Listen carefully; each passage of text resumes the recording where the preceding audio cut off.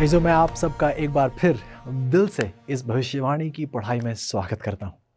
प्रभु ने बहुतायत से हमारी अगुवाई की है। हर पढ़ाई में यदि आप गौर कर रहे हो तो प्रभु देखिए किस सामर्थी रूप से अपने वचन की सच्चाइयों को हमारे सामने स्पष्ट कर रहे हैं। मैं उम्मीद कर रहा हूँ चीज़ों कि आप इन सच्चाइयों को एक बार सुनकर ही नहीं बल्कि बार बार जाकर दोहरा रहे हैं। और मैं प्रभु से प्रार्थना करता हूँ कि ये सच्चाइयाँ आपके दिल में एक मजबूत नींव बने, जिसके ऊपर प्रभु पवित्रता की एक महान इमारत खड़ी कर पाए। तो आइए इससे पहले कि हम आज की पढ़ाई की गहराई में जाएं, आइए प्रार्थना के साथ शुरुआत करते हैं और विनती करते हैं कि प्रभु हमारे इस सफ़र में बहुतायत से हमारी अगुवाई करें। आइए प्रार्थना करें। प्यारे परमेश्वर, धन्यवाद है प्रभु कि एक बार फिर आपने हमें अपनी ओर आकर्षित किया है। प्रभु शुक्रगुजार हैं कि आपके वचन से एक बार फिर हमारे दिल पर एक पुकार उजागर हुई है। और प्रभु धन्यवादी हैं आपकी पवित्र आत्मा की अगुवाई के लिए, उस प्रेरणा के लिए, उस उत्साह के लिए जो बार बार आपके द्वारा हमें प्रदान किया जाता है। प्रभु धन्यवादी हैं कि आपने इन सच्चाइयों से बार बार हमारी नज़र इस दुनिया से उठाकर अपनी ओर लगाई है।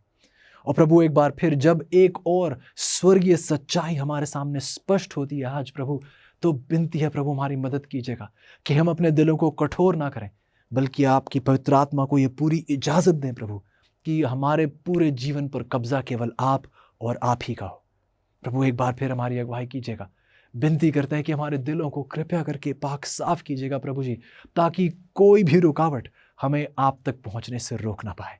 धन्यवाद है प्रभु, जिस महान कार्य को आप अंजाम देने जा रहे हैं, आपका नाम सदा से सदा ऊंचा उठाया जाए प्रभु, क्योंकि ये सब कुछ हम आपके प्यारे बेटे प्रभु यीशु के नाम से मांगते हैं। आमीन आमीन। जो आप सबका एक बार फिर स्वागत है। आज का हमारा अहम शीर्षक है, हम परमेश्वर पर भरोसा करते हैं। आइए इसी के साथ हमारा ध्यान हमारी कहानी की ओर जाता है। हम उस कहानी की ओर जाते हैं जो बहुत बहुत वर्षों पहले हुई, याकूब की कहानी। याकूब ने कभी इतना निसहाय और अकेला महसूस नहीं किया था, और यह सब इसलिए था क्योंकि वह कुटिल और लालची था। पहले याकूब ने अपने जुड़वा भाई एसाव को अपना पिलौठे का अधिकार बेचने के लिए घूस दी थी। फिर उसने अपनी माँ की मदद से उसने अपने अंधे पिता इसहाक को धोखा दिया ताकि वह उसे पैतृक आशीष दे सकें जो ईसाव के अधिकार में थी। अब याकूब एक रूप से अपने नाराज भाई की जानलेवा धमकियों से बचने के लिए घर से भाग रहा था। उसने अपना सिर झुका लिया और रो पड़ा जब उसने सोचा कि कैसे उसकी सारी लालची योजना विफल हो गई है। अकेले जंगल में तकिए के लिए केवल एक पत्थर और सुरक्षा के लिए एक छड़ी के साथ याकूब ने आराम करने की कोशिश की, एक प्रयास किया। उसने सोचा कि क्या वह कभी अपने माता पिता को दोबारा देख पाएगा, क्या परमेश्वर उसे कभी माफ करेंगे भी या नहीं। थक कर हार कर याकूब वहीं सो गया। जल्द ही उसने खुद को एक अद्भुत स्वप्न की शानदार चमक में नहाया हुआ पाया।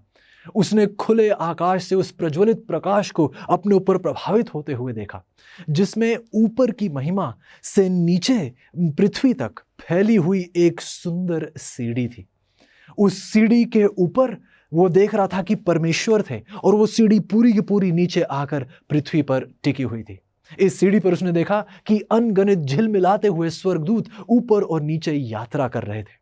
तब याकूब ने यहोवा को स्वर्ग से बोलते सुना और उसे अपनी यात्रा में आशीष देने का वचन दिया। परमेश्वर ने, यहोवा ने याकूब के साथ भी वही वाचा दृढ़ की जो उसने इब्राहिम और इसहाक के साथ बांधी थी। जब वह जागा, याकूब अपने घुटनों पर गिर गया और अपने लालची तरीकों को त्यागने की उसने शपथ ली। उसने प्रतिज्ञा की, जैसा उत्पत्ति की 28:22 में लिखा है कि जो कुछ आप मुझे दें उसका दशमांश मैं अवश्य ही आपको दिया करूंगा। यह प्रतिज्ञा उसने परमेश्वर के प्रति की। परमेश्वर ने इस प्रतिज्ञा को स्वीकार लिया और स्वर्ग के झरोकों को खोल दिया, ताकि जब याकूब 20 साल बाद घर लौटा तो वह एक बहुत समृद्ध और उदार व्यक्ति बन गया था। यह परमेश्वर का महान कार्य था। अजीजों, आज इसी विषय में जो प्रतिज्ञा याकूब ने परमेश्वर के प्रति की, आज इसी प्रतिज्ञा के बारे में अजीजों हम गहराई से पढ़ना चाहते हैं। इस दशमांश की सच्चाई आज हम साथ पढ़ना चाहते हैं। इसी के साथ आज का मुफ्त ऑफर मैं आपके सामने पेश करना चाहूँगा। आज की हमारी ये अध्ययन संदर्शिका जिसका शीर्षक है, हम परमेश्वर पर भरोसा करते हैं। ऐसे यदि आप इस किताब को पढ़ना चाहते हैं तो आपके स्क्रीन पर एक नंबर है, यदि आप अभी के अभी उसे कॉल करें तो आपको ये संदर्शिका मुफ्त आप तक पहुंचा दी जाएगी। वो एक वेबसाइट का भी वर्णन है आपके स्क्रीन पर, यदि आप उस वेबसाइट के माध्यम से भी ऑर्डर करना चाहें तो बिल्कुल कीजिएगा। और ये किताब एक बार फिर जैसा मैंने कहा निःशुल्क आपके द्वार तक पहुंचा दी जाएगी। मेरी विनती वही है और शायद अब तक आप जान चुके होंगे मैं आगे क्या कहने वाला हूँ। जी हाँ अजीजों, उम्मीद है कि इन सच्चाइयों को आप कहीं दबाकर छोड़ नहीं देंगे। उम्मीद करता हूँ कि इन सच्चाइयों से तृप्त होकर आप अपने आस पड़ोस के सब लोगों को, दूर दराज जितने भी लोगों तक आप पहुँच सकते हैं, उन तक ये सच्चाई ज़रूर पहुँचाइएगा। परमेश्वर बहुत जल्द आने वाले हैं। अपने पहले सवाल की ओर बढ़ते हैं। सवाल पूछा जाता है, याकूब ने परमेश्वर को दशमांश लौटाने की अवधारणा कहाँ से सीखी? बाइबल बताती है अजीजों, उत्पत्ति की 14 की 18 और 20 में मलकीसदेक परम प्रधान ईश्वर का याजक था, तब अब्राहम ने उसको सबका दशमांश दिया। जो दशमांश एक व्यक्ति की आय का 10वां हिस्सा होता है। यदि आप मूल भाषा में देखें तो दशमांश जो शब्द है उसका अर्थ सीधे रूप से है 10वां, ये उसका मूल अर्थ होगा। याकूब के दादा इब्राहिम ने कई साल पहले परमेश्वर के याजक मलकीसदेक को दशमांश देकर एक उदाहरण पेश किया था। सवाल दोबारा पूछा जाता है कि हमारी आमदनी में परमेश्वर का क्या हिस्सा है? ये एक अच्छा सवाल है। बाइबल बताती है लेवी व्यवस्था की 27 की 30 में सभी दशमांश यहोवा का है, ये परमेश्वर में पवित्र है। आप मेरे साथ पूर्ण रूप से सहमत होंगे कि यदि सही मायने में देखा जाए तो यकीनन हमारा 100% जो है वह सब कुछ परमेश्वर का ही है। आप मानते हैं कि नहीं? धर्म संहिता की 24 की 1 यदि आप पढ़ें तो बाइबल कहती है पृथ्वी और जो कुछ उसमें है वह यहोवा ही का है। जगत और उसमें निवास करने वाले भी वह सब किसके हैं? उसी प्रभु परमेश्वर के हैं। जो सच्चाई ये है कि जब आप माइक्रोस्कोप से भी जो उन चीजों को देखते हैं जो आप अपनी आंखों से नहीं देख पाते हैं, ये आयत कह रही है भजन संहिता की 24 की 1 में कि वो चीजें भी परमेश्वर के कब्जे में हैं। तो सवाल आज मेरा आपसे यह है अजीजों, यदि इतना सब कुछ परमेश्वर का है तो आज आप कितने परमेश्वर के हैं? यकीनन केवल 10वां हिस्सा ही नहीं, हम में जितना कुछ, हमारे पास जितना कुछ है और जितना हम हैं, जितने हम हैं, ये सब कुछ केवल परमेश्वर का ही है। तो सवाल हमें अपने आप से पूछना चाहिए, यदि हम परमेश्वर की रचना है तो हमारा जीवन किस हद तक परमेश्वर में समर्पित है? आपका जीवन आज किस हद तक परमेश्वर में समर्पित है? अजीजों, परमेश्वर हमसे यह स्वीकार करने के लिए कहते हैं कि हम मानते हैं कि यह सब उसी का है। यह स्वीकारने के लिए परमेश्वर हमसे गुजारिश कर रहे हैं कि एक दशमांश या हमारी वृद्धि का 10% लौटाने के द्वारा हम ये दर्शा रहे हैं, ये प्रकाशित कर रहे हैं, हम अपनी निर्भरता परमेश्वर पर दिखा रहे हैं कि हमारा भरोसा इस पैसे पर नहीं, इस धन पर नहीं, इस संपत्ति पर नहीं, हमारा भरोसा हमारे परमेश्वर पर है। सवाल पूछा जाता है अजीजों, परमेश्वर हमारे दशमांश के साथ क्या करते हैं? बाइबल बताती है गिनती की किताब उसका 18 अध्याय उसकी 21 और 24 आयत, जो सेवा लेवी करते हैं उसके बदले मैं उनको इस्राएलियों का सब दशमांश उनका निज भाग कर देता हूं।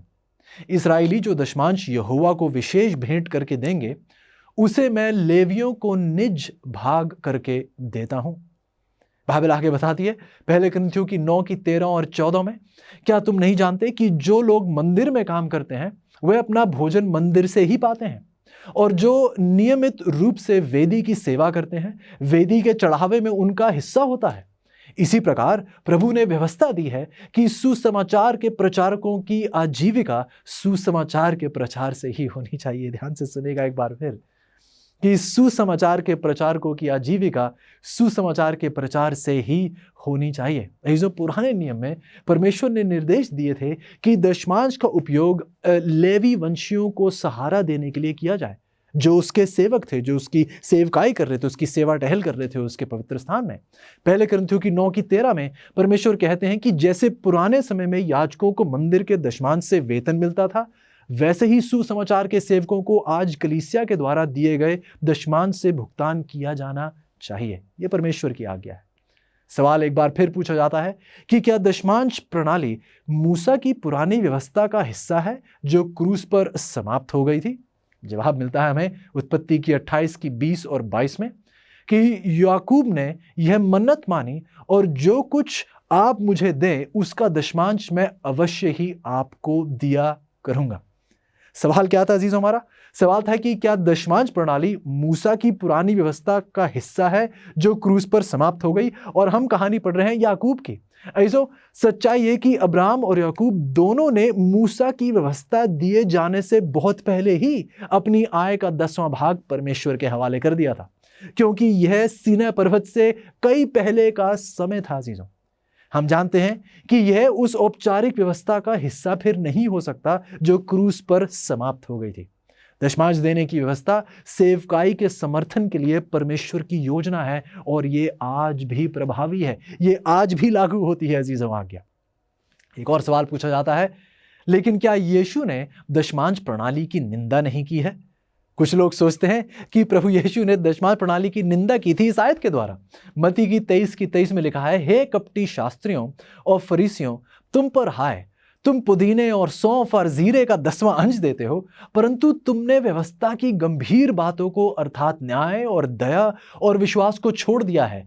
चाहिए था कि तुम इन्हें भी करते रहते और उन्हें भी ना छोड़ते।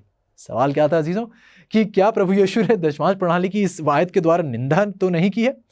तो यदि आप गौर करें तो यीशु ने देखा कि ये अति लोभी फरीसी दशमांश के लिए अलग अलग पत्ते और छोटे छोटे बीज गिन रहे थे, ये अपने लाभ के लिए। ये इसलिए नहीं कर रहे थे ताकि इससे परमेश्वर की बढ़ोतरी हो या ये दशमांश जो है परमेश्वर के मंदिर में आए, ये अपना लाभ ढूंढ रहे थे, अपने लालच के लिए ये सब कर रहे थे। इसलिए परमेश्वर ने न्याय, दया और विश्वास में असफल होते हुए दशमांश में इतने सटीक होने के लिए उन्हें डांटा। परमेश्वर ने उन्हें दशमांश देने के लिए नहीं, बल्कि मसीही धर्म के अन्य महान सिद्धांतों को अनदेखा करने के लिए उनकी निंदा की। इसलिए प्रभु यीशु कहते हैं कि चाहिए था कि तुम इन्हें भी, अजीजों, परमेश्वर ने यह नहीं कहा कि आपको दशमांश छोड़कर बाकी सब कुछ करना चाहिए था। प्रभु कह रहे हैं कि आपको इन्हें भी करते रहते और उन्हें भी ना छोड़ते। इससे इस बात से ये स्पष्ट थी कि ये परमेश्वर के सिद्धांतों के मुताबिक नहीं चलना चाह रहे थे। वह इसलिए नहीं पुदीने और सौंफ और जीरे का भी 10वां अंश मांग रहे थे, बल्कि इन्हें अपना लालच था। ये परमेश्वर के प्रति वफादारी नहीं, ये खुद ही के प्रति इनकी वफादारी थी। तो सवाल पूछा जा रहा है, क्या परमेश्वर ने दशमांश प्रणाली की निंदा की? बिल्कुल नहीं, बल्कि परमेश्वर कह रहे आप ये भी करते रहते और बाकी की बातें भी ना छोड़ते। अगला सवाल पूछा जाता है जीजों कि दशमांश देने के बारे में परमेश्वर क्या अद्भुत प्रतिज्ञा करते हैं। गौर से सुनिएगा। मलाकी की 3:10 में परमेश्वर कहते हैं, सारे दशमांश भंडार में ले आओ कि मेरे भवन में भोजन वस्तु रहे। और सेनाओं का यहोवा यह कहता है कि ऐसा करके मुझे परखो कि मैं आकाश के झरोखे तुम्हारे लिए खोलकर तुम्हारे ऊपर अपरंपार आशीष की वर्षा करता हूं कि नहीं। गौर से सुनिएगा अजीजों। जो परमेश्वर यहां यह कह रहे हैं कि यदि आप संदेह कर रहे हैं तो आप दशमांश देने का प्रयास करके तो देखें। प्रभु कह रहे हैं कि आप मुझे परखें, मुझे देखें कि क्या मैं आपके पास वह आशीष नहीं लौटाऊंगा जिसे रखने तक की आपके पास जगह तक भी नहीं होगी। अजीजों, लाखों दशमांश देने वाले बताएंगे कि यह यकीनन एक सच्चाई है। यदि आप गौर करें तो परमेश्वर कहते हैं कि मुझे परख के देखो कि मैं आकाश के झरोखे तुम्हारे लिए खोलकर तुम्हारे ऊपर अपरंपार आशीष की वर्षा करता हूं कि नहीं। क्या आपको याद है कि इन शब्दों का प्रयोग बाइबल में परमेश्वर ने इससे पहले कहां किया था? आकाश के झरोखे खोले जाना। आपको याद होगा नूह की कहानी में परमेश्वर ने आकाश के वो झरोखे खोले थे, आकाश की वो खिड़कियां खोली थी, अंग्रेजी बाइबल कहती है। और ऐसी एक सैलाब आया था पानी का, ऐसी वर्षा हुई थी अजीजों, और इतनी वर्षा हुई थी, इतना पानी आया था, गौर से सुनिएगा, इतना पानी आया था कि ऊंचे ऊंचे पहाड़ भी उस पानी के नीचे दब गए थे। ऊंचे ऊंचे पहाड़ भी पानी के नीचे दब गए थे। और परमेश्वर अजीजों दशमांश के विषय में कहते हैं कि आप दशमांश लाकर तो देखिए यदि मैं आकाश के झरोखे खोलकर तुम पर बरसा न दूंगा। क्या आप समझ पा रहे हैं परमेश्वर क्या कह रहे हैं अजीजों? परमेश्वर आज आपसे कह रहे हैं कि आप मुझे परख कर तो देखें जैसे मैंने आकाश के झरोखे खोलकर इतना पानी बरसाया था कि ऊंचे ऊंचे पहाड़ भी उसके तले डूब गए थे, मैं आपसे आज वायदा करता हूं, यदि आज आप डर के मारे आप सोच रहे हैं कि मैं तो बहुत घाटे में चल रहा हूं, मैं तो एक बहुत ही मुश्किल आर्थिक समस्या से गुजर रहा हूं, अजीजों आपकी आर्थिक समस्या चाहे जितना भी बड़ा पहाड़ हो, परमेश्वर इतना देंगे कि आपकी हर समस्या उसके देन के नीचे डूब जाएगी। आप परमेश्वर को परख कर तो देखिए, परमेश्वर का वायदा है अजीजों, परमेश्वर का वायदा है। सवाल सुनिएगा आगे। सवाल पूछा जाता है, परमेश्वर अपने लोगों को सारे दशमांश भंडार में लाने को कहता है, इसका मतलब क्या है? आइए जानना चाहते हैं कि ये भंडार किसे कहा जाता है। ऐसे ये एक बहुत अहम सवाल है। कुछ लोगों का यह मानना है कि वो खुद परमेश्वर के भंडार हैं और लोगों को उन्हें धन देना चाहिए। देखते हैं बाइबल क्या कहती है। नहम्याह की 13:12 में बाइबल कहती है, तब से सब यहूदी अनाज, नए दाख मधु और तेल के दशमांश भंडारों में लाने लगे। गौर से सुनिएगा, अजीजों भंडार परमेश्वर की कलीसिया का खजाना है। यदि आप इस शब्द को देखें तो ये भंडार गृह जो है, भंडार जो यहाँ कहा जा रहा है कि ये दशमांश भंडारों में आप ये लाएं, ये परमेश्वर के भंडार में लाया जाए। अजीजों ये भंडार और परमेश्वर के खजाने ये कुछ एक समान शब्द हैं बाइबल में। मलाकी की 3:10 में यदि आप देखें तो परमेश्वर भंडार गृह को मेरे घर के रूप में संदर्भित करते हैं। पढ़िएगा गौर से। प्रभु कहते हैं कि आप ये सारा धन जो आप ये मेरे घर में लाए, और भंडार गृह को अब प्रभु मेरा घर कह रहे हैं। यकीनन अजीजों किसी सेवक की जेब परमेश्वर का घर तो बिल्कुल नहीं है। परमेश्वर अपनी कलीसिया की बात यहाँ कर रहे हैं, किसी व्यक्ति की बात नहीं कर रहे हैं, किसी संस्था की बात नहीं कर रहे हैं। प्रभु अपनी सच्ची कलीसिया की यहाँ बात कर रहे हैं, जिसका अर्थ ये हुआ अजीजों कि उसका भवन या उसका मंदिर, यहाँ परमेश्वर ये उसे अपने घर के तौर पर पेश करते हैं और कहते हैं कि मेरा घर, मेरा मंदिर, मेरा निवास स्थान, ये मेरा भंडार गृह है। ऐसे अन्य पाठ भी हैं इसके अलावा भी जो भंडार गृह को मंदिर या मंदिर के खजाने के रूप में संदर्भित करते हैं या परमेश्वर की ये कोठरियों के तौर पर पेश किया जाता है। उदाहरण के तौर पर पहले इतिहास की 9:26 यदि आप देख लें, या दूसरे इतिहास की 31:11 और 12 आप पढ़ें, या नहम्याह की 10:37 और 38, ऐसो ऐसी अन्य जगह पर परमेश्वर बार बार इस बात को स्पष्ट करते हैं कि भंडार परमेश्वर के गिरजे का कोष है। ये किसी भी व्यक्ति की जेब नहीं, ये परमेश्वर की अपनी कलीसिया का वो भंडार गृह है। ये उसका अपना घर, उसका अपना निवास स्थान है, जिसके बारे में परमेश्वर यहाँ बात कर रहे हैं। सवाल पूछा जाता है, तो फिर जब हम दशमांश देते हैं तो वास्तव में हमारी धनराशि को कौन प्राप्त करता है? क्योंकि हम परमेश्वर को तो नहीं देख रहे हैं, परमेश्वर के हाथों में तो नहीं दे रहे हैं, हम कलीसिया में इस धन को ला रहे हैं, हम कलीसिया में दशमांश को ला रहे हैं, और ये दशमांश हमारा नहीं है। गौर से सुनिएगा, यदि बाइबल ने हमें स्पष्ट रूप से बताया कि परमेश्वर कहते हैं कि दशमांश पवित्र है, दशमांश मेरा है, तो यदि दशमांश परमेश्वर का है तो हम दशमांश के साथ अपना नाम कैसे जोड़ सकते हैं? क्या आप समझ रहे हैं मैं क्या कह रहा हूं? क्या हम कभी ये कह सकते हैं कि ये मेरा है, ये मैं दशमांश, ये मेरा दशमांश है जो मैं परमेश्वर को दे रहा हूं? नहीं, यदि ये पहले से ही इस पर परमेश्वर का हक है और हम परमेश्वर को दशमांश दे नहीं रहे, हम परमेश्वर को उसका दशमांश लौटा रहे हैं, ये उसका हिस्सा है, हम केवल उसको लौटा रहे हैं जो उसका है। यकीनन जैसे मैंने पहले कहा, सही मायने में तो सब कुछ उसका है, लेकिन परमेश्वर उसमें से सिर्फ 10वां भाग कहते हैं कि आप मेरे लिए रखें, इसको आप अपने लिए इस्तेमाल ना करें, इसे आप मेरे पास लाएं।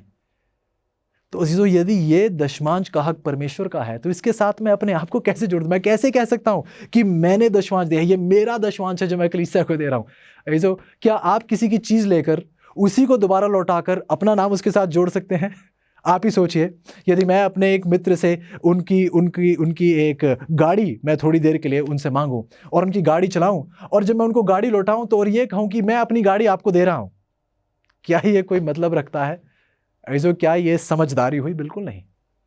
मैं उन्हीं की गाड़ी उनको दोबारा लौटा रहा हूं। ऐसो दशमांश दिए नहीं जाते, दशमांश लौटाए जाते हैं। ये हमारे नहीं है, ये परमेश्वर के हैं।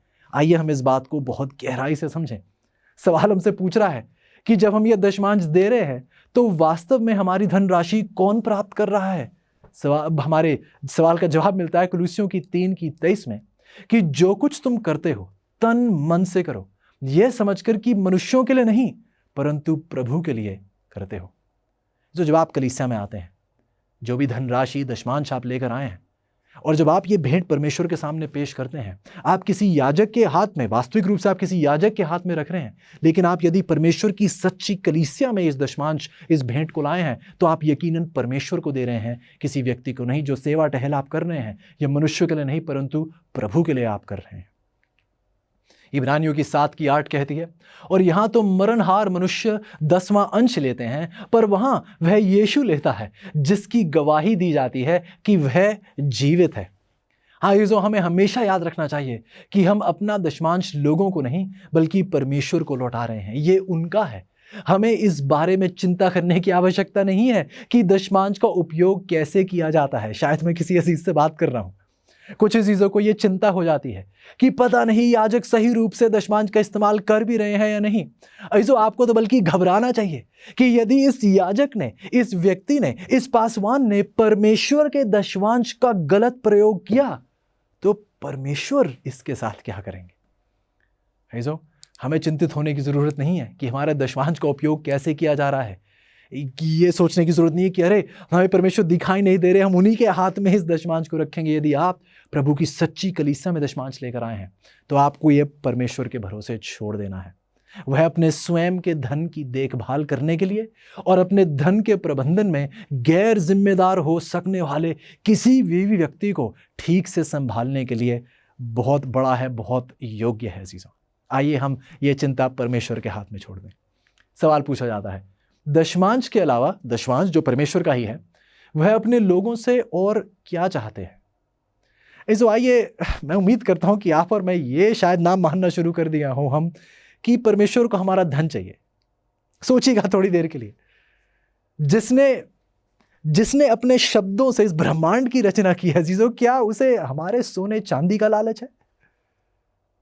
ऐसो जिसने बोला और ये ब्रह्मांड रच गया, उसने बात की और हवा खड़ी हो गई और पक्षी भर गए और पशुओं से ये जमीन भर गई, क्या उस परमेश्वर को हम सोने चांदी का लालच देंगे। बिल्कुल नहीं है चीज़। तो परमेश्वर अपने लोगों से क्या चाहते हैं, ध्यान से सुनिएगा। ऐसे भजन संहिता की 96:8 में देखिए, बाइबल कहती है, यहोवा के नाम की ऐसी महिमा करो जो उसके योग्य है, भेंट लेकर उसके आंगनों में आओ। बाइबल आगे हमें बताती है मलाकी की 3:8 में, क्या मनुष्य परमेश्वर को धोखा दे सकता है। देखो तुम मुझको धोखा देते हो और तो भी पूछते हो कि हमने किस बात में तुझे लूटा है।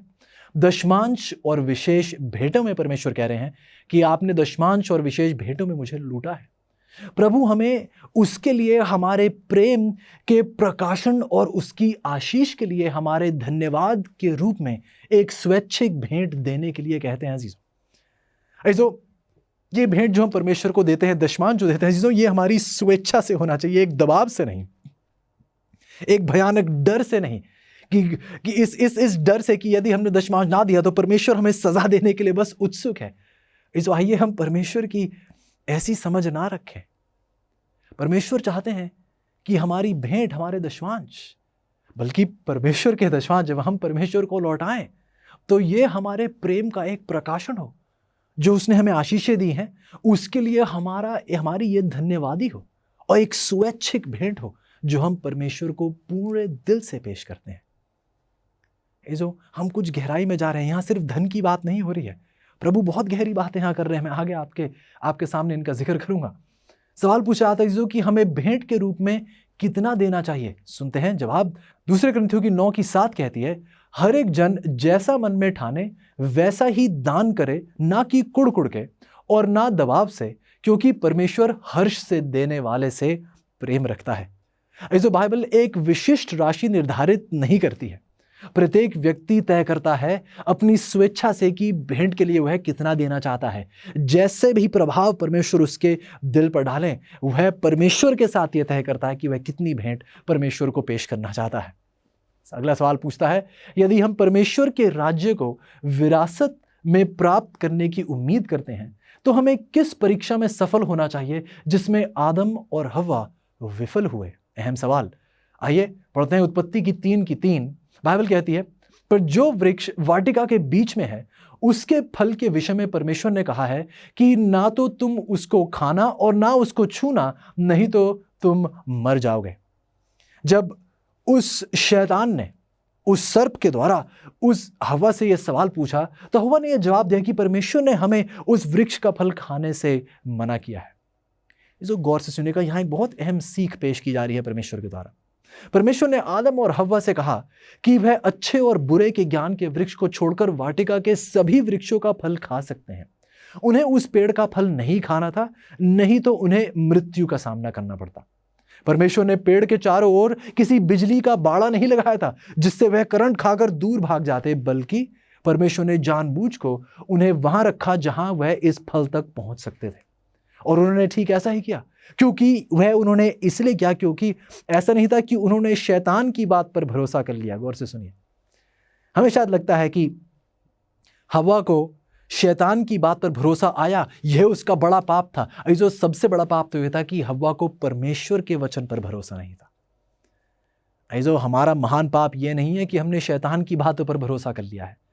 हमारा बहुत बड़ा महान पाप तो यह है कि हमने परमेश्वर की बातों पर पूर्ण रूप से अपने पूरे मन से भरोसा नहीं किया है। आइए हम ऐसा पाप ना करें। ऐसा गौर कीजिएगा, आज परमेश्वर हम सभी को एक ही परीक्षा देता है, एक ही परीक्षा देता है। वह कहता है तुम अपने पास आने वाले सारे पैसे रख सकते हो।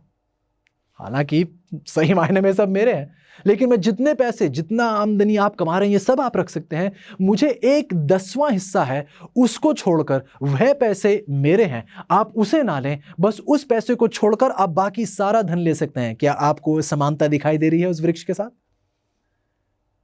परमेश्वर हम सबसे कहते हैं कि जितना धन आपको ये मिल रहा है, ये सब आप रखें, केवल उस 10वें भाग को आप हाथ ना लगाएं। वो 10वां भाग सिर्फ मेरे लिए है। हालांकि वह इसे वहां छोड़ देते हैं। परमेश्वर ये 10वां भाग फिर दोबारा किसी बिजली के बाड़े में नहीं रखते कि यदि आपने हाथ लगाया तो आप करंट खाएंगे, नहीं। परमेश्वर बल्कि इस पैसे को वहां छोड़ देते हैं जहां हमारी पहुंच है, ठीक जैसे वो वृक्ष आदम और हव्वा की पहुंच में था। यदि हम चाहें तो इसे ले सकते हैं, परंतु जब हम ऐसा करते हैं तो हम वही आदम और हव्वा के पाप को दोहरा रहे हैं। अजीजों, परमेश्वर को उस विशेष वृक्ष के फल की आवश्यकता नहीं थी, ठीक जैसे परमेश्वर को आपकी धन संपत्ति की जरूरत नहीं है। अजीजों, उम्मीद करता हूं कि हम इस बात को सही मायने में तार्किक रूप से समझें कि परमेश्वर जो ब्रह्मांड का सृष्टि करता है, उसे हमारे सोने चांदी में क्या दिलचस्पी है। अजीजों, ये सोना चांदी परमेश्वर अपने लिए नहीं मांग रहे हैं। गौर से सुनिएगा इस बात को, इस सच्चाई को। ये इस पूरी पढ़ाई का सारांश है। अजीजों, ये दशवांश, ये चंदे, ये भेंट जब हम परमेश्वर को देते हैं तो ये परमेश्वर अपने लिए नहीं मांग रहे हैं, ये अपने लालच के लिए नहीं मांग रहे हैं। जब हम परमेश्वर को दशमांश और भेंट देना सीखते हैं, इससे परमेश्वर हमें परमेश्वर पर निर्भर होने की सीख दे रहे हैं। परमेश्वर हमें सिखा रहे हैं कि किस प्रकार हमें अपनी धन संपत्ति पर निर्भर नहीं, हमें परमेश्वर पर निर्भर होकर सीखना जरूरी है।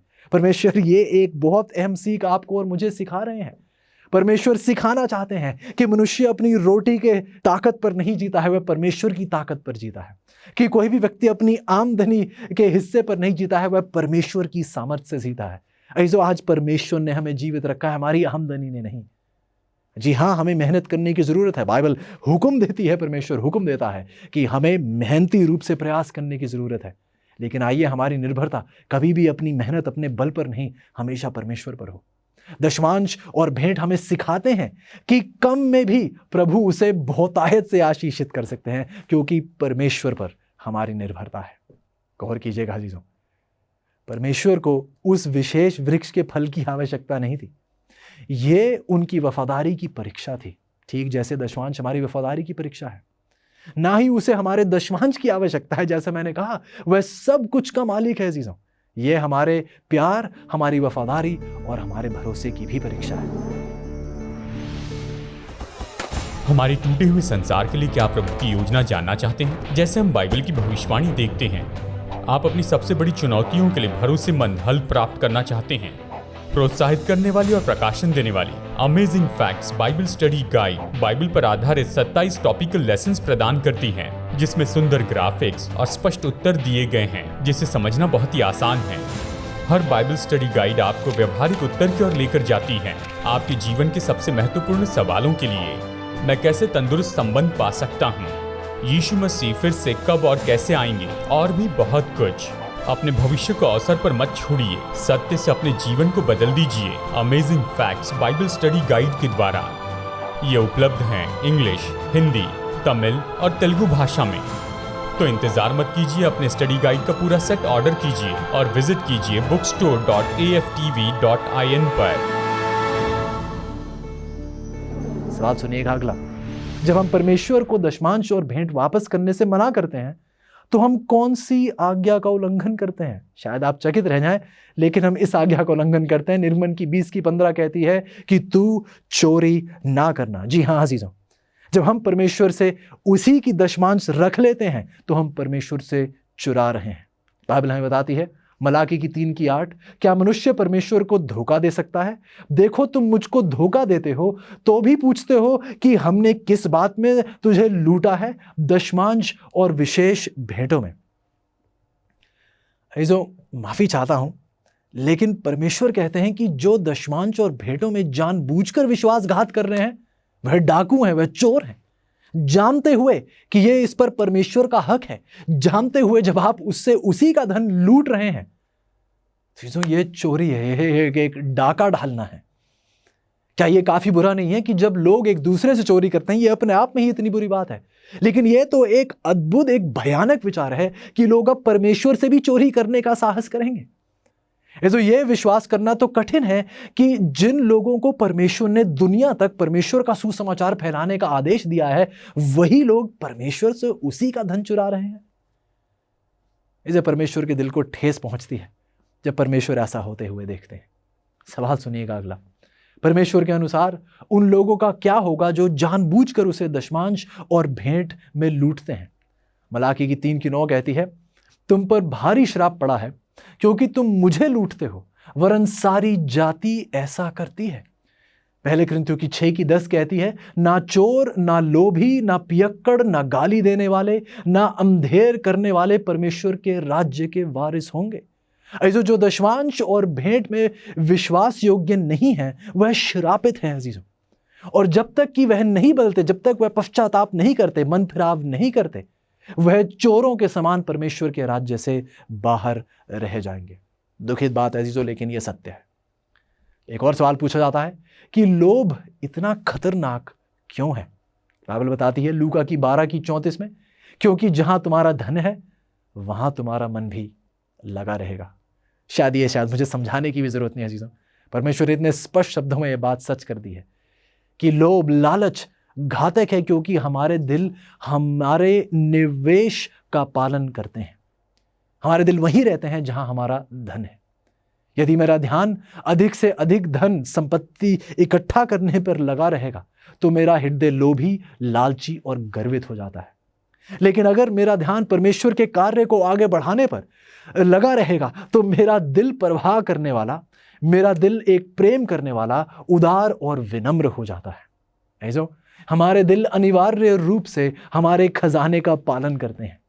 हमें यह कभी नहीं भूलना चाहिए अजीजों कि यहूदा का लालच, यहूदा से आप वाकिफ हैं कि यहूदा का लालच और पैसे के लिए उसका प्रेम ही था जिसने उसे चांदी के 30 सिक्कों के लिए, महज 30 सिक्कों के लिए उसने अपने प्रभु यीशु को धोखा देने के लिए एक प्रेरणा हासिल की, केवल महज 30 चांदी के सिक्कों के लिए। सवाल सुनिएगा अजीजों, आप क्या सोचते हैं यीशु को कैसा लगता है जब हम उन्हें दशमांश और विशेष भेंट ना देकर लूटते हैं? बाइबल बताती है इब्रानियों की 3:10, इस कारण मैं उस समय के लोगों से रूठा रहा और कहा कि इनके मन सदा भटकते रहते हैं और इन्होंने मेरे मार्गों को नहीं पहचाना। इस आप ही सोचिएगा, यीशु शायद एक माता पिता की तरह है। एक माता पिता जैसा महसूस करते हैं जब वे देखते हैं कि उन्हीं की संतान उन्हीं की जेब से पैसा चुरा रही है। मान लीजिए एक पिता देखते हैं, एक अपने बच्चे को देखते हैं कि उन्हीं का बेटा उन्हीं के बटुए से पैसे चुरा रहा है। इसो सच्चाई तो यह है कि पैसा खोना कोई उस पिता के लिए इतनी बड़ी बात नहीं है। हाँ, पैसे का उन्हें घाटा हो रहा है, लेकिन पैसे खोने का इतना दर्द नहीं होता है जितना दर्द वह देखते हैं अपने बच्चे की इस सत्य निष्ठा के विषय में। जब वह देखते हैं कि उनका बच्चा सच्चा नहीं है, ईमानदार नहीं है, धोखेबाज है, जब वह देखते हैं कि उसका प्रेम और विश्वास कम होता चला जा रहा है, ये एक पिता और एक माता के लिए निराशाजनक होता है चीजों। निश्चित रूप से हम में से कोई भी अपने उद्धारकर्ता के दिल को दुखी नहीं करना चाहता है, ये मैं मानता हूँ अजीजों। मुझे नहीं लगता आप में से कोई भी अपने परमेश्वर को ठेस पहुंचाना चाहते होंगे। लेकिन सच्चाई ये है कि जब हम परमेश्वर की ही भेंट और दशमांश को उसी को नहीं लौटाते हैं, जब उसके दशमांश को, उसके हिस्से को उस तक नहीं लौटाते हैं, बल्कि तो अजीजों हम उसके दिल को ठेस पहुंचाते हैं। सवाल पूछा जाता है कि भेंट देने के संबंध में परमेश्वर कौन से अन्य बाइबल सिद्धांतों को साझा करते हैं। परमेश्वर भेंट देने के संबंध में कौन से अन्य बाइबल सिद्धांतों को साझा करते हैं? सुनिएगा, 2 कुरिन्थियों की 8:5 कहती है, उनसे जैसी हमें आशा थी वैसे नहीं, बल्कि पहले अपने आप को प्रभु को समर्पित किया और फिर परमेश्वर की इच्छा के अनुकूल वह हमें अर्पित हो गए। सवाल क्या था जीजो? भेंट देने के संबंध में परमेश्वर कौन से अन्य बाइबल सिद्धांतों को साझा कर रहे हैं? वह कह रहे हैं कि उनसे जैसे हमें आशा थी वैसे नहीं, बल्कि पहले अपने आप को प्रभु को समर्पित किया और फिर परमेश्वर की इच्छा के अनुकूल वह हमें अर्पित हो गए। ऐसा यदि हम अपने आप को परमेश्वर के हाथ हवाले कर देंगे, शायद हमें लगता है कि मुझे बस ज्यादा प्रयास करने की जरूरत ताकि अपना धन मैं परमेश्वर को दे सकूं। लेकिन अजीजों, यह धन आपके इस जीवन से आ रहा है, यदि ये जीवन परमेश्वर में समर्पित होगा तो धन अपने आप उसके साथ आएगा। यदि आपका मन परमेश्वर में समर्पित होगा तो जो बाकी सब कुछ अपने आप ही परमेश्वर के लिए अर्पित हो जाएगा। नीति वचन की 3:9 में लिखा है, अपनी संपत्ति के द्वारा और अपनी भूमि की पहली उपज दे देकर यहोवा की प्रतिष्ठा करना। ऐसा मैं आज खुश हूं कि आज इस आयत का वर्णन हुआ है। वह इसलिए क्योंकि अक्सर जब हम भेंट और दशमांश का जिक्र करते हैं तो हम सोचते हैं कि हाँ, जब हमें हमारी आमदनी या सैलरी मिलती है तो हाँ, हम पहले अपना बिल पे कर लेंगे और बच्चों की फीस भर देंगे और जो रेंट हो शायद आपके घर का वो दे देंगे, और ये बाकी सब करने के बाद हाँ, दशमांश को मैं हाथ नहीं लगाऊंगा, लेकिन अब वो जो दशमांश बचा है, जो भेंट जो बची है, अब मैं उसे उठाकर परमेश्वर को दूंगा। लेकिन गौर से सुनेगा, परमेश्वर ने कहा था कि अपनी संपत्ति के द्वारा और अपनी भूमि की क्या पहली उपज आप किसको दें? यहोवा की प्रतिष्ठा करें उसे देकर। ये तो सच्चाई है कि जैसे ही आपको आपकी सैलरी मिलती है, इससे पहले कि आप एक पैसा भी उसमें से अपने लिए खर्चें, आपको सबसे पहले अपनी पहली उपज, अंग्रेजी में उसे फर्स्ट फ्रूट कहा जाता है, जैसे ही आपको आपकी सैलरी या कोई आमदनी होती है, सबसे पहले एक सिक्का भी अपने ऊपर खर्चने से पहले आपको सबसे पहले वो पहली उपज परमेश्वर को सौंपनी चाहिए। वो दशमांश हुआ, जो भेंट हुई, आपको सबसे पहले परमेश्वर को रखना चाहिए। इससे पहले आप अपने किसी भी और चीज के बारे में सोचें। शायद कुछ लोग सोच रहे हैं कि नहीं भाई, अगर मैं रेंट नहीं दूंगा तो फिर रहूंगा कहां पे? क्या आप ये कहना चाह रहे हैं कि परमेश्वर के पास इतनी भी ताकत नहीं है कि यदि आप परमेश्वर को प्राथमिकता दें तो परमेश्वर आपके रेंट का ख्याल नहीं रखेंगे? ऐसा मैं ये नहीं कह रहा कि हमें काम करने की कोई जरूरत नहीं है, मेहनत ना करें। मैंने पहले भी कहा, परमेश्वर का ये हुक्म है कि हमें एक मेहनती प्रयास करना चाहिए, मेहनत से काम करना चाहिए परमेश्वर के लिए। लेकिन ऐसा कभी भी ना हो कि हम दुनिया को, अपने रोज बरोज के जीवन को परमेश्वर से बढ़कर प्राथमिकता दे दें। आइए, परमेश्वर हमेशा उस पहले दर्जे पर हमारे जीवन में हमेशा हमेशा के लिए पाए जाए। आइए, इस सच्चाई को कभी भूलिएगा नहीं अजीजों। बहुत अहम सिद्धांत जो परमेश्वर हमें भेंट के विषय में हमारे सामने रखते हैं। नीति वचन की 11:24 में लिखा है अजीजों, ऐसे हैं जो छितरा देते हैं तो भी उनकी बढ़ती ही होती है, और ऐसे भी हैं जो यथार्थ से कम देते हैं और इससे उनकी घटी ही होती है। तो यहां परमेश्वर हमें सिखाने की कोशिश करें कि जब हम परमेश्वर को दें तो एक खुले दिल से दें। जब हम परमेश्वर को बढ़ते दिल से देंगे, खुशी से देंगे, तो हम देखेंगे कि वो बढ़ता ही चला जाएगा। और यदि आप उसे कम ही दे रहे हैं, घटते ही दे रहे हैं, कुड़कुड़ा कर, जैसे बाइबल कहती है, आप दे रहे हैं, तो ये हम उस प्रगति की उम्मीद नहीं कर सकते हैं। इस प्रगति के विषय में भी आपसे बात करूंगा थोड़ी देर में। नीति वचन 11:25 कहती है, उदार प्राणी हष्ट पुष्ट हो जाता है और जो औरों की खेती सींचता है उसकी भी सींची जाएगी। ओह, तो यह कितना अहम सिद्धांत है। यदि आपका सारा ध्यान अपने ऊपर लगा हुआ है तो आप कहीं नहीं पहुंच रहे हैं। बाइबल कह रही है कि जो दूसरों की खेती सींचता है उसकी खेती भी सींची जाएगी। यदि आपने अपने कुएं से पानी दूसरों को दिया है तो परमेश्वर ये वायदा करते हैं कि वह आपके कुएं को हमेशा भरपूर रखेंगे। इसलिए परमेश्वर हमें सिखा रहे हैं कि हम एक उदार प्राणी बने, हम एक दयावान प्राणी बने। हमारा ध्यान खुद ही पर ना लगा रहे, हम खुद ही की उपासना ना करें, हम दूसरों की सेवा करना सीखें। ये एक सिद्धांत है परमेश्वर जो हमें सिखाते हैं। प्रेरितों के काम की 20:35 में लिखा है, लेने से देना धन्य है, लेने से देना धन्य। आइए अजीजों, यदि हम परमेश्वर पर निर्भर हैं तो हम किसी को उसकी ज़रूरत में देने से घबराएंगे नहीं, ये जानते हुए कि परमेश्वर हमारा रखवाला है। आइए इस बात को भूलिएगा नहीं। लूका की 12:21 कहती है, ऐसा ही वह मनुष्य भी है जो अपने लिए धन बटोरता है परंतु परमेश्वर की दृष्टि में धनी नहीं है। ऐसो ये भी कैसा धन हुआ जो आपने बटोर तो लिया, देख तो लिया, लेकिन परमेश्वर की दृष्टि में अभी भी आप गरीब ही हैं, आप धनी नहीं हुए हैं। ऐसो धनी तो फिर वो हुआ जिसने अपना सब कुछ लौटाकर किसी और के घर में रोटी डाली। कुछ लोगों को ये चिंता रहती कि नहीं, मैं कल क्या खाऊंगा, मुझे आज ये पैसा बचा के रखना चाहिए ताकि मैं अपने कल का खाना तैयार सकूं। मैं ये नहीं कह रहा कि बचत करना बुरी बात है, लेकिन अक्सर अजीजों आपके सामने एक व्यक्ति होता है जिसको आज की रोटी नहीं मिल रही है और आप अपने कल की रोटी की चिंता कर रहे हैं। आज एक आप सामने एक ऐसा व्यक्ति है जो यदि आज उसने नहीं खाया तो शायद आज उसकी मृत्यु हो जाए। आप अपना कल बचाने के लिए किसी को आज मार देंगे। सोचिएगा अजीजों, परमेश्वर आज हमसे कुछ कह रहे हैं।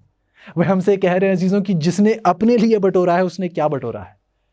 जिसने परमेश्वर की इतना खुले दिल से उदारता से दूसरों को दिया है वह एक आशीषित व्यक्ति है। पहले कुरिन्थियों की 16:2 कहती है, सप्ताह के पहले दिन तुम में से हर एक अपनी आमदनी के अनुसार कुछ अपने पास रख छोड़ा करो। यहां पर एक बहुत अहम सिद्धांत है। हफ्ते के पहले दिन आप अपनी आमदनी में से कुछ बचा कर रखें ताकि हफ्ते के दौरान जब किसी को जरूरत पड़े तो आप उस बचत में से किसी की मदद कर सके, और ज्यादा जरूरत पड़े किसी को तो और भी दें उस बचत से ज्यादा, जैसा परमेश्वर आपके दिल पर प्रभाव डालते हैं। व्यवस्था विवरण की 16:17 कहती है, सब पुरुष अपनी अपनी पूंजी और उस आशीष के अनुसार जो आपके परमेश्वर यहोवा ने आपको दी है वह आप दिया करें। सब पुरुष अपनी अपनी पूंजी और उस आशीष के अनुसार जो आपके परमेश्वर यहोवा ने आपको दी है दिया करें। जैसा परमेश्वर ने दिया है अजीजों, आइए हम वैसे देना सीखें। जिस खुले दिल के साथ परमेश्वर ने हमें दिया है, आइए हम भी उसी खुले दिली के साथ दूसरों को देना सीखें, परमेश्वर को देना सीखें।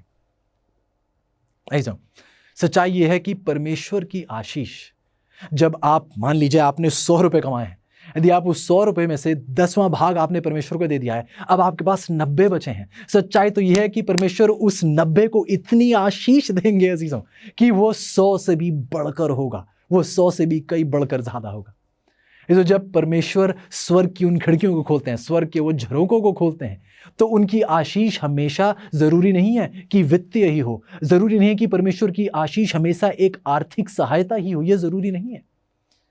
सच्चाई तो यह है कि परमेश्वर की आशीषों में अक्सर अच्छा स्वास्थ्य, मन की शांति, आपकी प्रार्थनाओं का जवाब, आपकी सुरक्षा, एक करीबी और एक प्यार करने वाला परिवार, आपकी शारीरिक शक्ति, बुद्धि से निर्णय लेने की क्षमता, प्रभु यीशु के साथ एक करीबी चाल, दूसरों के जीवन को प्रभु के लिए जीतना, एक पुरानी कार जो ठीक से चलती रहती है, जो ऐसी आशीषें प्रभु की आशीषों में शामिल हैं। यदि हम वास्तव में प्रभु यीशु से प्रेम करते हैं तो उसके कार्य के लिए बलिदान देना कभी बोझ हमें नहीं लगेगा अजीजों। सच्चाई तो यह है, यदि आप ध्यान दें तो आप परमेश्वर से ज्यादा नहीं दे सकते। क्या आपने सुना मैंने क्या कहा? शायद आप ये सोच रहे हैं कि नहीं, शायद मैं कुछ ज्यादा ही दे रहा हूं। सच्चाई तो यह है कि आप परमेश्वर से ज्यादा दे ही नहीं सकते। आप कितना दे देंगे?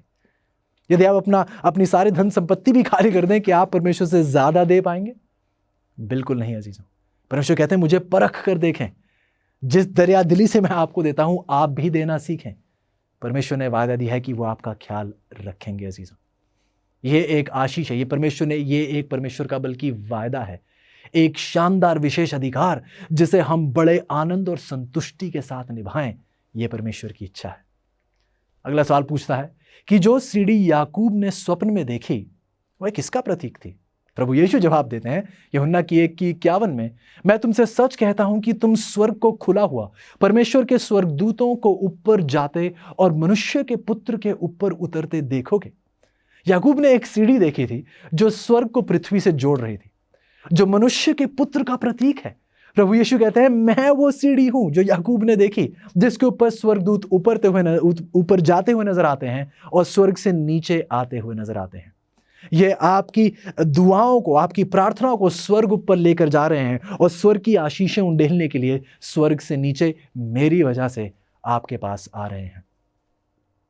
ऐसो सच्चाई यह है कि मलाकी की 3:10 में परमेश्वर कहते हैं कि यदि हम सारा दशमांश भंडार में ले आएं, तो वह हमारे लिए स्वर्ग के झरोखे खोल देगा और ऐसी आशीष उंडेलेगा जिस आशीष को रखने की हमारे पास जगह तक नहीं होगी। ऐसे प्रभु यीशु के द्वारा स्वर्ग के ऐसे झरोखे हम पर आज खुले हैं, आशीष के ऐसे भंडार हम पर खुले हैं जिसकी हम कल्पना भी नहीं कर सकते। बाइबल यकीनन सत्य कहती है कि हमारी समझ से कहीं परे, हमारी कल्पना से कहीं पार, हमारी सोच से कहीं परे वो आशीषें हैं जो परमेश्वर ने उनके लिए तैयार की हैं जो परमेश्वर से मोहब्बत करते हैं। अगला सवाल सुनिएगा, वह सबसे बड़ा उपहार क्या है जो हम यीशु को दे सकते हैं? बाइबल जवाब देती है नीति वचन की 23:26 में, हे मेरे पुत्र, अपना मन मेरी ओर लगा और तेरी दृष्टि मेरे चाल चलन पर लगी रहे। जो हर धन, हर संपत्ति, हर धनराशि से ज्यादा परमेश्वर को आपका दिल चाहिए, परमेश्वर को आपका संपूर्ण मन चाहिए। परमेश्वर चाहते हैं कि आपके जहन में केवल परमेश्वर का राज हो, आपके लबों पर प्रभु का नाम, आपके दिल की हर धड़कन पर प्रभु की जय जयकार हमेशा के लिए पाई जाए। इसलिए जब यीशु के पास हमारा हृदय होगा तो उसके पास हमारा सब कुछ होगा। आप मानते हैं कि नहीं? बिल्कुल अजीजों, बाइबल बताती है मत्ती की 15:8 में, ये लोग होठों से तो मेरा आदर करते हैं पर उनका मन मुझसे दूर रहता है। जब मन परमेश्वर का होता है तो सब कुछ परमेश्वर का होता है। इसी के साथ आज का आखिरी सवाल, जब हम दशमांश और भेंट देने में वफादार रहते हैं तब हम जीवन में जो भी प्रयास करते हैं यीशु उसमें हमारे सहभागी, हमारे मददगार बन जाते हैं। क्या आप दशमांश लौटाने और भेंट देने के द्वारा उन्हें अपना सहभागी बनने के लिए आमंत्रित करने के लिए इच्छुक हैं? इसलिए क्या आप नहीं चाहते कि आपके रोज बरोज के जीवन में आपके सहायक, आपके सहभागी प्रभु यीशु खुद हो? इसलिए क्या आप आज हमारे शीर्षक की तरह परमेश्वर पर भरोसा करना सीखना चाहते हैं? ऐसे ये हम अपने बल और अपनी ताकत, अपनी हिम्मत में नहीं, ये हम परमेश्वर की मौजूदगी जो हमारे दिल में रहेगी, परमेश्वर स्वयं हमें ये सिखाएंगे। आइए, ऐसे हमारी निर्भरता एक पल के लिए भी ना हमारी ताकत, ना हमारी समझ, ना हमारे ऊंचे ओहदे, ना हमारी धन दौलत, ऐसे आइए हमारी पूर्ण निर्भरता परमेश्वर और केवल परमेश्वर पर हो। यदि आपकी इच्छा है, यदि आज आप ये निर्णय लेना चाहते हैं कि आज से वफादारी से वह पहली उपज जो बचा कुचा होगा वो नहीं, मैं ये नहीं कह रहा कि आप परमेश्वर के दशमांश में से कुछ चुरा लेंगे, नहीं, लेकिन दशमांश यदि आप आखिर में देंगे, आप बीच में कहीं देंगे तो ये बाइबल के मुताबिक नहीं है। प्रभु कह रहे हैं अपनी पहली उपज सबसे पहले उस दशमांश और चंदे को लग कर मुझे दीजिए, बाकी फिर बाद में अपने बारे में सोचिएगा, अपने घर परिवार के बारे में जो आपने ज़रूरतें मुहैया करानी है आप वो बाद में सोचिएगा, लेकिन सबसे पहले आप मुझे सौंपिए जो मेरा है। आइए अजीजों, हम परमेश्वर को प्राथमिकता देने सीखें हर चीज़ में, केवल धन संपत्ति में नहीं, अपने विचारों में। आइए हमारे विचारों में सबसे ऊंची प्राथमिकता केवल परमेश्वर और परमेश्वर की हो। यदि आपका निर्णय है, आइए प्रार्थना करते हैं। प्यारे परमेश्वर, शुक्रगुजार हैं प्रभु आपका वचन एक बार फिर हमारे जीवन को बहाल कर गया है। धन्यवादी हैं प्रभु कि एक नई ऊर्जा, एक नई सामर्थ की लहर आज हमारे दिल में दौड़ी है, क्योंकि प्रभु आज एक बार फिर आप हमें आत्मनिर्भर होना नहीं, परमेश्वर पर निर्भर होना सिखा रहे हैं। प्रभु आप सिखा रहे हैं कि हम धन की वजह से नहीं, हम परमेश्वर की वजह से जीवित हैं। प्रभु आज मेरी आपसे दिली विनती है, मेरे अजीज जो दूर दराज हैं, जिस किसी भी स्थिति, जिस किसी भी आर्थिक संकट से गुजर रहे हो, प्रभु मेरी विनती है कि हम थोड़े से थोड़े में भी वफादार रहना सीखें। प्रभु को अपनी पहली उपज दें, उसमें से कुछ ना पीछे रखें। प्रभु को दूसरा, तीसरा, चौथा स्थान ना दें, प्रभु को अपने जीवन में पहला स्थान दें। धन्यवादी हैं प्रभु, शुक्रगुजार हैं कि आपने सच्चाइयों को हमारे सामने स्पष्ट किया है, और धन्यवादी हूँ प्रभु जो निर्णय आपके लोग अब इस समय ले रहे हैं। विनती है प्रभु कि अनंत काल तक हमारा दिल आप और आप में हमेशा के लिए समर्पित रहे, क्योंकि ये सब कुछ हम विश्वास और धन्यवादी समेत आपके प्यारे बेटे प्रभु यीशु के नाम से मांगते हैं, आमीन।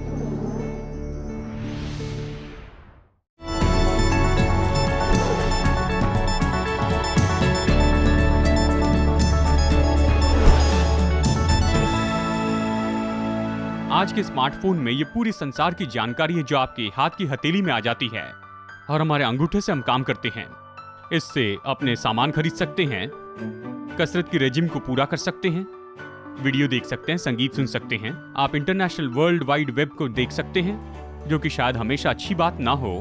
और क्या आप जानते हैं कि इसमें बहुत ज्यादा कंप्यूटर प्रोसेसिंग टेक्नोलॉजी है। इस छोटे से स्मार्टफोन में नासा ने मनुष्य को चांद पर पहुंचाने के लिए जो उपयोग किया उससे बढ़कर है। और मैं तो भूल ही गया, फोन कॉल करने के लिए इसका उपयोग होता है, लेकिन आज इसे कौन करता है? आज की बातचीत में कोई वाक्य ही नहीं रहते हैं, ये तो बस शॉर्ट मैसेज सर्विसिंग है या फिर SMS टेक्सटिंग है। बिल्कुल सही, लगभग इस पूरे संसार में 2.5 बिलियन लोग हैं जो अपने दूसरे मनुष्यों के साथ में संपर्क करते हैं शॉर्ट बाइट्स में, जिसे टेक्सटिंग कहते हैं। और इसके लिए ज्यादा डाटा उपयोग होता है वेब सर्फिंग या फिर वीडियो गेम खेलने से भी बढ़कर। और दोस्तों, इससे बढ़कर कहीं उपयोग नहीं होता यहाँ फिलीपींस से बढ़कर। और बस फिलीपीन में तो 100 मिलियन लोग रहते हैं, लेकिन ये भेजते हैं इतने ज्यादा टेक्स्ट मैसेज जो पूरे संसार की तुलना में बढ़कर हैं। ये तो 12वां सबसे बड़ा देश है, लेकिन ये भेजते हैं 400 मिलियन टेक्स्ट मैसेजेस प्रतिदिन। वाव, ये तो उंगलियों का बहुत उपयोग है। हालांकि फिलीपींस में सबसे ज्यादा टेक्स्ट किए जाते हैं, सबसे तेजी से टेक्स्ट करने वाला रिकॉर्ड तो ब्राजील के नाम पर है। एक जवान जिनका नाम है मार्सेल फर्नांडिस फाइलो, और वो टेक्स्ट कर सकते हैं 25 ऐसे उलझे हुए शब्द लगभग 18 सेकंड में ही। वाह, अगर मैं अपनी पत्नी को टेक्स्ट करूं आई लव यू तो इसके लिए ज्यादा समय लगता है, और सेंड प्रेस करूं अंगूठे से। टेक्सटिंग के बारे में खासियत यह है कि आप कहीं भी टेक्स्ट भेज सकते हैं। लोगों में घिरे हैं और आप व्यक्तिगत संदेश भेजना चाहते हैं तो टेक्स्ट भेजते हैं। अगर आप सबवे में हैं या फिर एयरपोर्ट पर हैं तो टेक्स्ट भेज सकते हैं। अगर आप शोर में घिरे हुए हैं या शोर करने वाले लोगों में हैं तो टेक्स्ट करें, बस ड्राइविंग करते हुए टेक्स्ट न करें। ये बहुत ही अद्भुत है दोस्तों। आप हमेशा संदेश दे सकते हैं परमेश्वर को प्रार्थना के द्वारा। जब आप सोच रहे हैं मैं कौन से स्कूल में जाऊं या फिर मैं कौन सी नौकरी करूं, मैं किससे मिलूं जो मेरे भविष्य का जीवन साथी हो सकता है, आपकी प्रार्थना लंबी न होने पाए। बाइबल की सबसे छोटी प्रार्थना 3 शब्दों की है। पतरस ने कहा प्रभु मुझे बचा ले, और यीशु ने इसका जवाब दिया। चाहे आप कितनी भी रफ्तार से टेक्स्ट करते हैं, जब आप प्रभु से बातें करते हैं, जानते हो आपसे क्या मांगता है? आपकी प्रार्थना सुनता है आपके आमीन कहने के पहले ही, सेंड बटन दबाने के पहले। सच में दोस्तों, आप प्रभु को प्रसन्न करेंगे जब आप उसे रेगुलर मैसेज भेजेंगे अपने दिल से उसके पास। तो क्यों ना अभी इस समय उससे बात कर ले।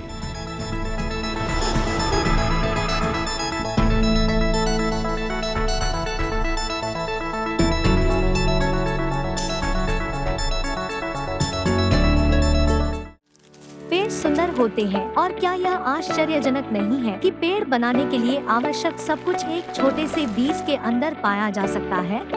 आपकी और क्या आश्चर्यजनक है? इस छोटे से QR कोड के अंदर वह सब कुछ है जो आपको आत्मिक रूप से बढ़ने में मदद करने के लिए चाहिए। द अमेजिंग फैक्ट्स इंडिया लिंकट्री, बस इसे स्कैन करें और आप हमारे बाइबल रीडिंग प्लान से जुड़ जाएंगे। हमारी website, YouTube, Facebook, Instagram, share chat और बहुत कुछ, अब आप जुड़े हुए हैं। इस छोटे से QR कोड को स्कैन करें और आज ही बढ़ना शुरू करें।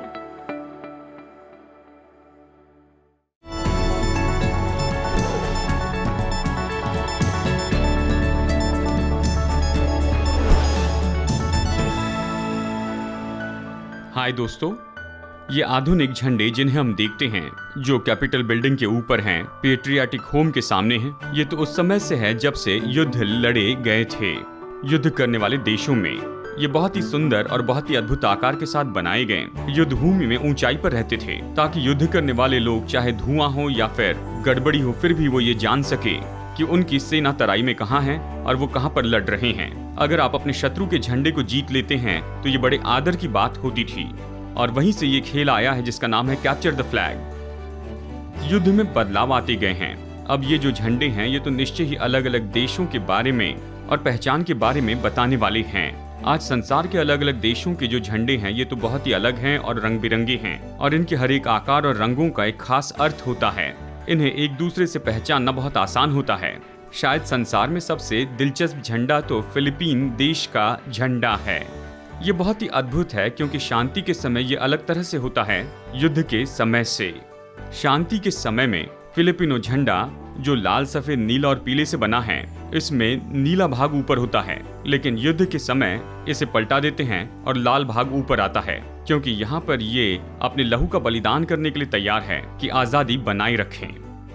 बिल्कुल इसी तरह से ऐसी एम्बेसी जो दूसरे देश में स्थापित की गई है, वो अपना झंडा लहराते हैं जबकि वो दूसरे देश में होते हैं। विश्वासियों के पास परमेश्वर के प्रेम का झंडा होना चाहिए इस गिरे हुए संसार में।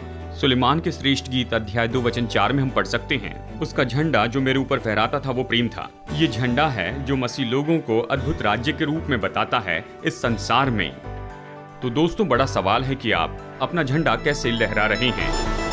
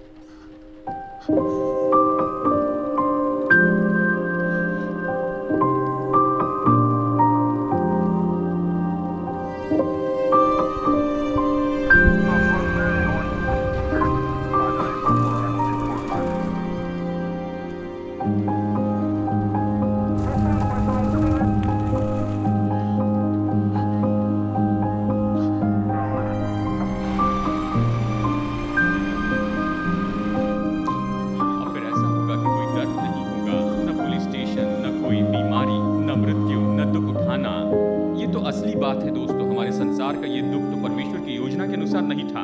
वो सब कुछ अपनी असली योजना में वापस लेकर आएगा। धन्य है जो मन के दीन है, वो स्वर्ग के राज्य के वारिस होंगे। क्योंकि मैं भूखा था और तुमने मुझे खाने के लिए दिया। मेरे इन छोटे से छोटे भाइयों के लिए तुमने जो कुछ भी किया है वो तुमने मेरे लिए किया है।